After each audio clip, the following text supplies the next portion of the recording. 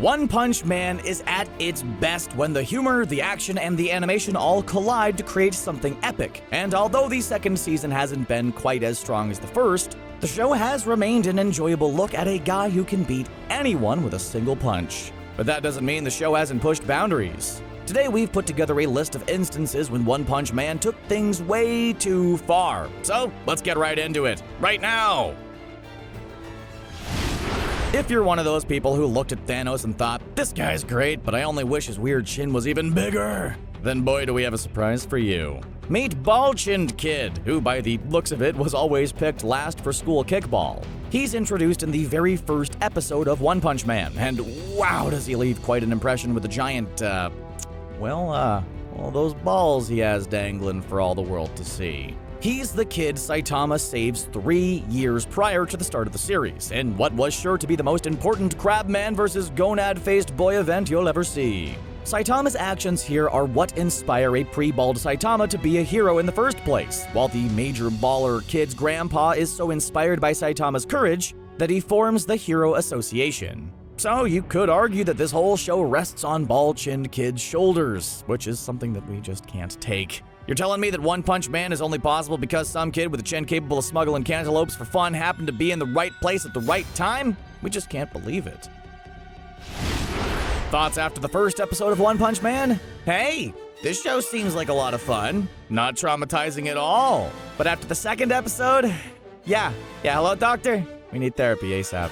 We don't know what's worse. The image of a million mosquitoes sucking the blood out of some random looter, or the looter's skeletor husk of a body that the angry mosquitoes left behind. This guy clearly didn't have enough mosquito repellent. Sorry dude, you had no chance. It's not just people either, as we see how this roaming mosquito party also sucked the blood out of nearby farm animals. And we only assume PETA made a phone call or two to the show to make sure no animals were harmed in the making of this cartoon. It's one of the rare times the show gets graphic, and it feels like it should be set to some heavy metal song. We applaud the first season for its amazing animation, but that doesn't mean we want to see a man lose 6 liters of blood in high definition.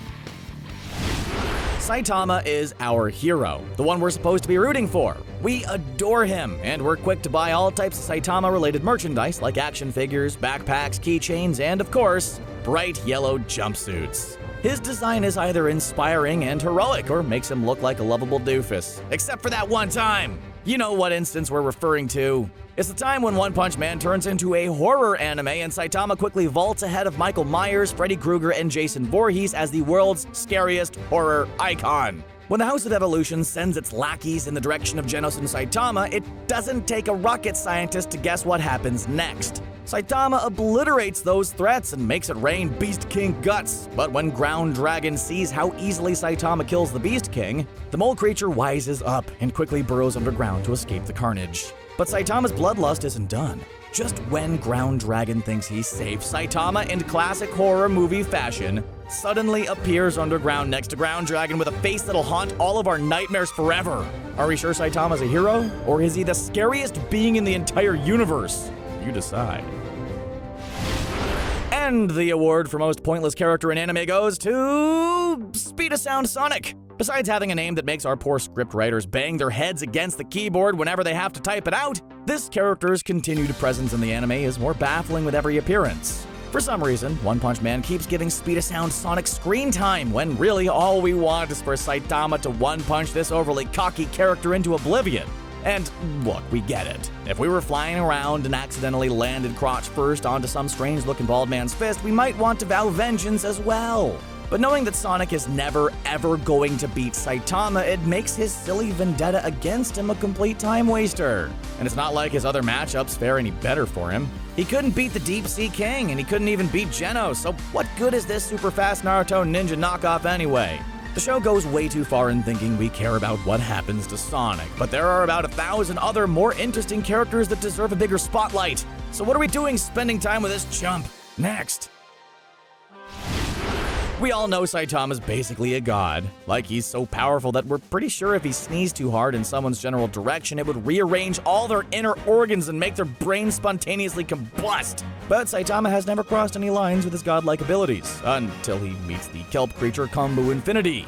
This monster showed up in Z City looking for trouble and quickly established itself as a major threat by taking out some relatively strong heroes. But one encounter with Saitama soon changed everything. Saitama is just minding his own business and walking home with groceries. When he sees the monster, he laments the fact that he forgot to buy soup stock. Cut to later, and Saitama's cooking with Kombu, and the monster has apparently been destroyed. So let's walk through that one more time. Saitama sees a living monster and thinks, yeah, that would be good for soup, and then proceeds to annihilate it and take part of its corpse back home to cook for dinner. That's some Hannibal level stuff right there, bud. Yeah, the manga makes it clear that Kombu Infinity survived their encounter, but the show makes no such reference, which means in our minds that Saitama destroyed this monster because he was hangry. What's the expression? With great tank tops comes great responsibility. Well, that's something some members of the tank topper army seem to have forgotten in their treatment of Saitama in the first season.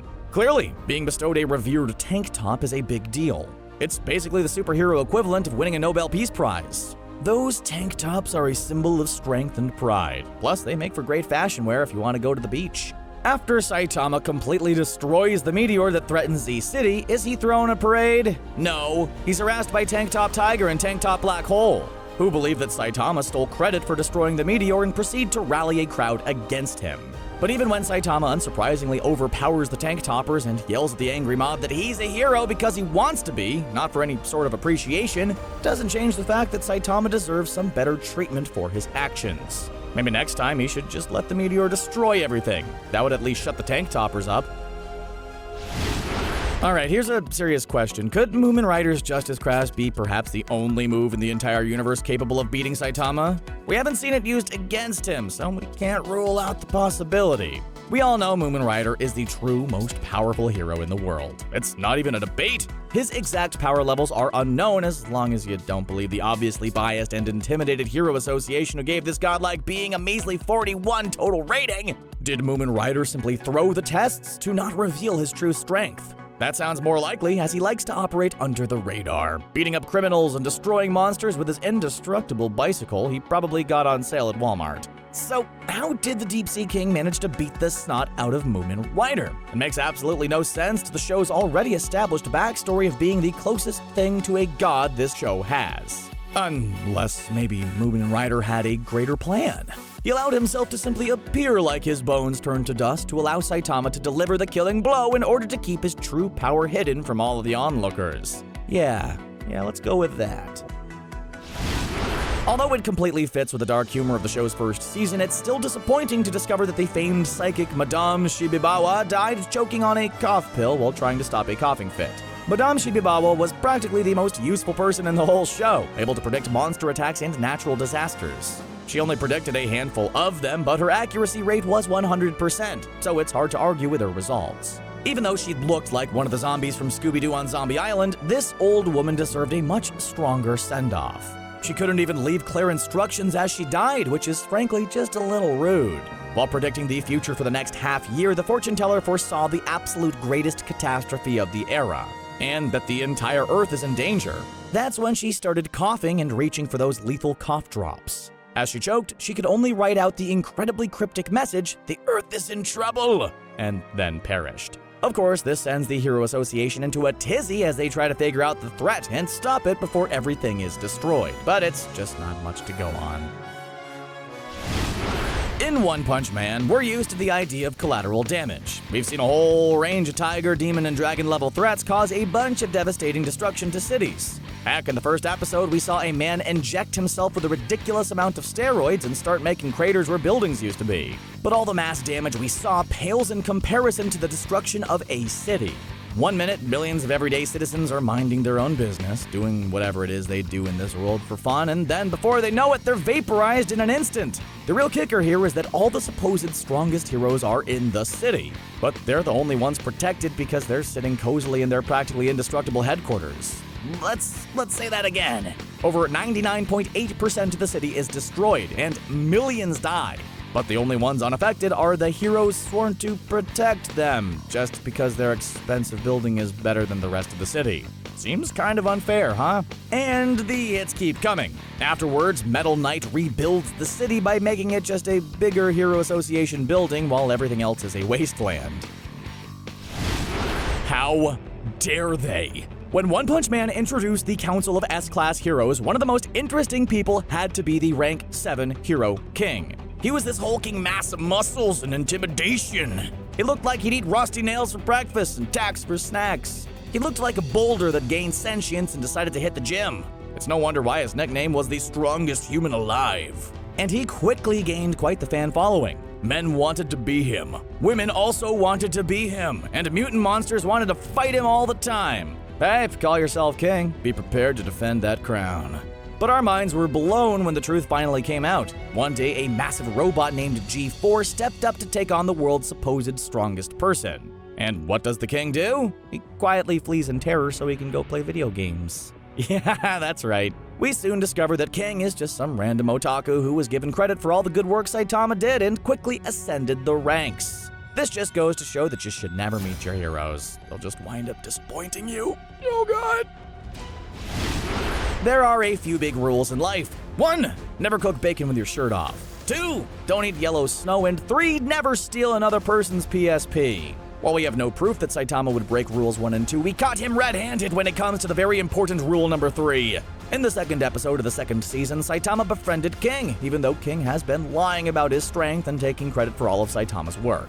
The two seem to get along great, using the universal bonding experience of playing video games together to basically become best friends. But everything's almost ruined when Saitama commits the Cardinal Sin.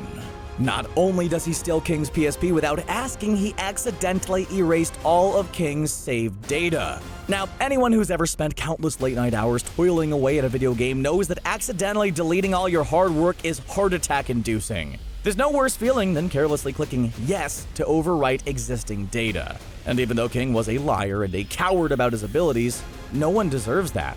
To top it all off, he even smushed one of the buttons in. Does Saitama's cruelty know no bounds?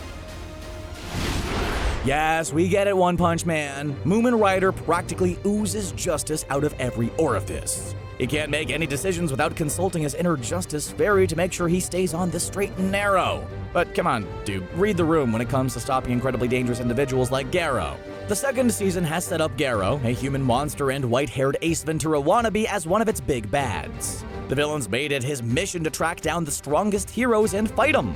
He's like Stain from My Hero Academia in a way. One of the heroes he comes across is Moomin Rider, who doesn't pose that big of a threat. Before Garo can liquidate Moomin Rider, the S-Class hero Tank Top Master intervenes, which excites Garo because he's never fought an S-Class before. Tank Top Master does prove to be quite formidable, and even gets a chance to deal a finishing blow to Garo, only to be stopped by Moomin Rider. The bicyclist believes heroes shouldn't kill humans, but Garo regains the upper hand and beats them both to a pulp. Way to go, Moomin Rider. Your strong sense of justice almost got you killed again. But we know it was just a little trick, because you're the strongest. For some strange reason, One Punch Man keeps challenging us to be attracted to some of their most dangerous female villains. Back in Season 1, Mosquito Girl had us debating whether or not it was worth risking our blood being sucked out by a swarm of hungry mosquitoes if it meant gaining the attention of attractive half-girl, half-mosquito hybrid. Don't worry, we came to our senses and we're glad when Saitama made her go splat. But Season 2 introduced a new evil villainess with a costume that, let's just say wouldn't do well in colder temperatures. Super S appears with the Monster Association and proceeds to start wrecking everything in her path. She dresses like a dominatrix and uses her whip to hypnotize her opponents to make them follow her every word. Once whipped, people become her love slaves, complete with heart-shaped pupils. Fan service is a staple in anime, but it's surprising to see it come from One Punch Man, which had only a handful of fan servicey moments like the loving focus on Saitama's shiny bald head, or Genos in a revealing apron washing dishes. Having a character like Super S is shocking, yet we also love her and would do anything she says. Hey, we get it. In a world of heroes and villains, the goal is to always become stronger, and that can be frustrating. In some cases, you can train all day, every day, but still only be a fraction of the strength of some random monster. So on some level, it makes sense that some people would forego their humanity to become super strong monsters. But it's crazy to think about the ramifications. When Goketsu attacks the martial arts tournament, he comes bearing gifts. Mainly monster cells that'll cause whoever eats them to turn into terrifying, powerful monsters. And surprisingly, a lot of those martial artists take the cells willingly. They're tired of training so hard only to lose immediately in fights and want to become the strongest fighters on the planet. But come on, it must be difficult to undergo that complete lifestyle change. One minute you're a human, and the next you're some type of mutated hideous creature. How are you gonna fit into doorways? How are you gonna go through the drive-thru at McDonald's? How are you going to apply for a credit card? These questions aren't answered or thought about because these fools don't care about anything except getting stronger, which is just insane. Studious swaggered onto the scene as a mirror version of Saitama. He's someone who's grown so powerful that he's become bored by the lack of any challenge or threat. But he differs from Saitama with a more laid-back and easygoing personality and makes it clear he just wants to make a lot of money by not doing much actual work. Sure, he's a little cocky, but it doesn't make what happened to him any less uncomfortable or justified. When the big monster Goketsu arrived at the tournament with monster cells to turn people into beasts, Suiryu is one of the heroes who stands defiant, throwing it back in the monster's face, most likely because becoming a monster means he'd no longer be able to take beautiful girls out on dates. We're expecting Suiryu to get a little beat up and become humbled, but it's actually quite disturbing the extent to which he's tortured and mangled. His suffering is extremely bloody and over the top, unlike anything we've seen happen to a good guy on this show before. Hearing him as a blubbering mess first begging for his life and then desperately crying for help from a hero is one of the most uncomfortable things we've seen on the show. Well, that's our list of times One Punch Man went too far. Do you agree with our picks? What are some other moments when the show was just too much? Be sure to tell us in the comments below, and don't forget to subscribe to CBR for more awesome anime content. As always, thanks for watching.